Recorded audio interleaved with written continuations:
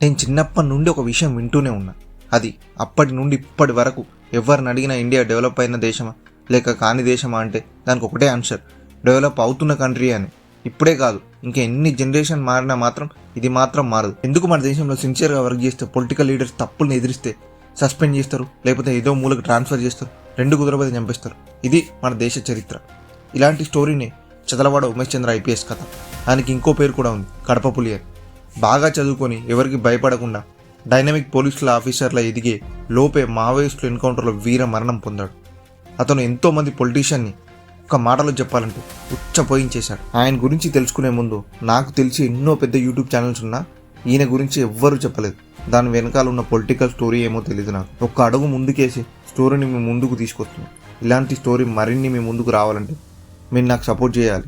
నా channel subscribe చేసుకోవాలి, like చేసి అదే చేతితో గంట కూడా కొట్టేయండి. ఇంకా వీడియోలోకి వెళ్తే మన దేశంలో కానీ మన రాష్ట్రంలో కానీ ఎక్కువగా విగ్రహాలు దేవుళ్ళవి లేకపోతే గొప్ప రాజులవి, స్వతంత్ర సమర యోధులవి, ఇంకా చూస్తే పొలిటికల్ లీడర్స్ ఉంటాయి. వీళ్ళందరివి కాకుండా ఒక గవర్నమెంట్ ఎంప్లాయ్, అది ఒక ఐపీఎస్ విగ్రహం, అది మన హైదరాబాద్లోని ఎస్ఆర్ నగర్లో ఉండటం చాలా రేర్ అకేషన్స్లో ఉంటుంది.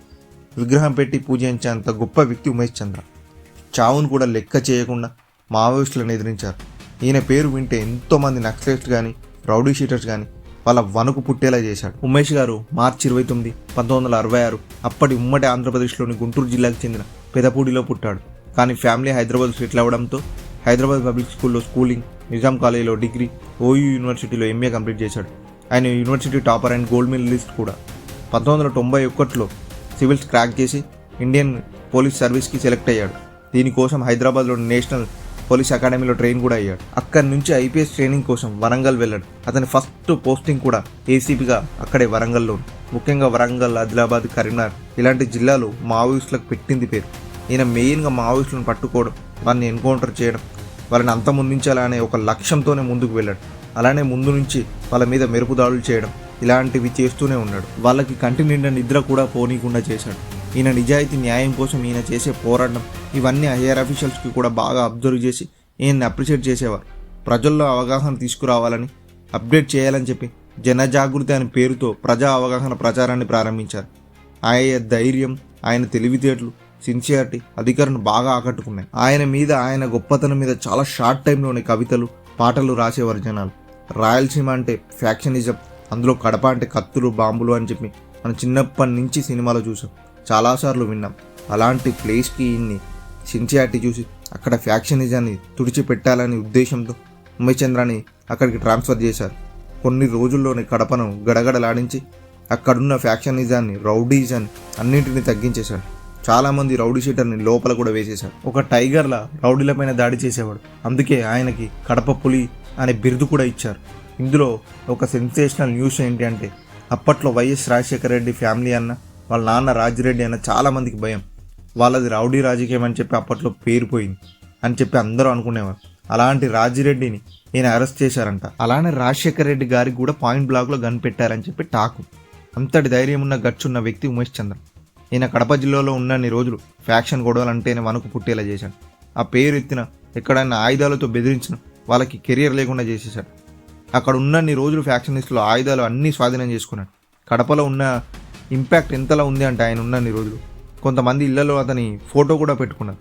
ఇతని కడప నుంచి కరీంనగర్ ట్రాన్స్ఫర్ చేశారంటే, అయితే అతను ట్రాన్స్ఫర్ చేసినప్పుడు సెండ్ ఆఫ్ ఇవ్వడానికి హారతులు పట్టుకొని చాలామంది ప్రజలు వచ్చారు. ర్యాలీలు తీయడం, ఇలా గ్రాండ్ సెండ్ ఆఫ్ ఇచ్చారు. కొంతమంది అయితే అతను ట్రాన్స్ఫర్ చేయొద్దు అని చెప్పి స్ట్రైక్స్, ధర్నాలు కూడా చేశారంట. అలా అక్కడి నుంచి ఎలాగోలో 1997లో కరీంనగర్కి ట్రాన్స్ఫర్ చేశారు.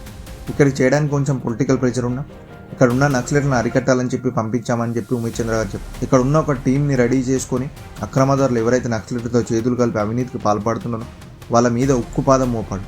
వారి స్థావరాల మీద మెరుపు దాడులు చేయడం, వారిని ఎన్కౌంటర్ చేయడం, చాలామంది లొంగిపోయేలా, జనాల్లో కలిసిపోయేలా కూడా చేశారు. అక్కడి నుంచి 1998 ఆయనకి హైదరాబాద్కి వేరే డిపార్ట్మెంట్కి పంపించారు. 1999 సెప్టెంబర్ 4న ఎస్ఆర్ నగర్లోని ట్రాఫిక్ లైట్ దగ్గర ఆయన సిగ్నల్ పడిందని చెప్పి ఆగినప్పుడు 4 నక్సలైట్స్ ఆయన మీద గన్తో కాల్పులు జరిపారు. ఆయన డ్రైవర్ గన్మెన్లను పాయింట్ బ్లాంక్లో రేంజ్లో కాల్చి చంపేశారు. అయితే 2 నక్సలైట్ని ఈయన ఫాలో చేసి పట్టుకుందామని చెప్పి ట్రై చేశాడు. కానీ ఆ రోజు అతను గన్ దగ్గర లేదు. అలా లేకపోయేసరికి వాళ్ళు అది గమనించి ఇతని మీద రిటర్న్ కాల్పులు జరిపి చంపేశారు. అక్కడికక్కడే ఆయన చనిపోయాడు. అయితే ఎక్కడైతే ఎస్ఆర్ నగర్ సర్కిల్లో ఆయన్ని చంపారో అదే ప్లేస్లో 1 year తర్వాత ఆయనకి విగ్రహం పెట్టారు. ఎన్నో చెత్త రాజకీయాలకి, అవినీతికి ఒక పులి బలైపోయింది. ఈ మర్డర్ వెనుక చాలా మిస్టరీ ఉందని చెప్పి చాలామంది అనుకుంటూ ఉంటారు. ఈయన స్టూడెంట్స్ మీద కూడా దాడులు చేసేవాడు. ఎందుకు అనంటే వీళ్ళు నెట్ కాలేజ్ వరంగల్లో చదువుకున్న విద్యార్థులు నక్సలైట్లో చేరుతున్నారని వాళ్ళని మార్చాలని చెప్పి చాలా కృషి చేశాడు. అందుకే ఆయన ముఖ్యంగా రౌడీ షీటర్స్, నక్సలిజం ఉన్న ప్లేస్లకి ఎక్కువగా వర్క్ చేశారు, అది అంతమొందించడానికి. ఆయన చనిపోయిన రోజు రాష్ట్రం మొత్తం కదిలింది. చాలామంది ఆయన్ని అంత్యక్రియల్లో పాల్గొన్నారు. ఇవే కావు, ఇంకా చాలా మంచి పనులు కూడా చేశారు. ఈయన లాంటి పోలీస్ అధికారి ఇంకా చాలామంది పుట్టుకురావాలి. అలాంటప్పుడే అవినీతి తగ్గి దేశం కానీ మన తెలుగు రాష్ట్రాలు కానీ బాగుపడతాయి. ఇంకా ఇందులో విషయం ఉంది అనుకుంటే లైక్ చేసి షేర్ చేయండి ప్లీజ్. జై హింద్.